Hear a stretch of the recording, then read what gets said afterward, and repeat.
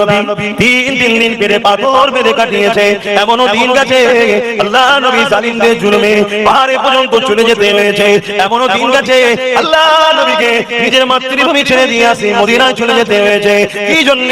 আমার রাসূলুল্লাহ দ্বীনের কথা বলেছে, আমার নবী পাক ইনসাফের কথা বলেছে, আমার নবী পাক মানবতার কথা বলেছে, আমার নবী পাক গরিবের পক্ষে কথা বলেছে, আমার নবী পাক এতিমের কথা বলেছে, আমার নবী পাক বিধবার কথা বলেছে, আমার নবী পাক এক আল্লাহকে মানার কথা বলেছে। এই জন্য মক্কার মুশরিক জালিমরা আমার রাসূলুল্লাহর উপরে কত জুলুম করেছে।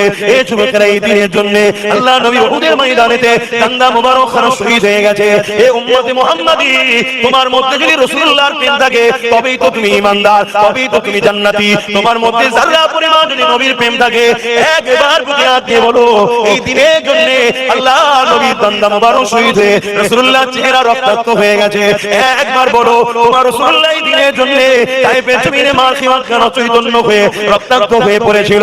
একবারও কি তোমার দিলে ব্যথা হয় না? একবারও কি তোমার মন সাড়া দেয় না? একবারও কি তোমার দিল কাঁদে না? আরে আমার রাসূলুল্লাহ এই দিনের জন্য কত কষ্ট করেছে।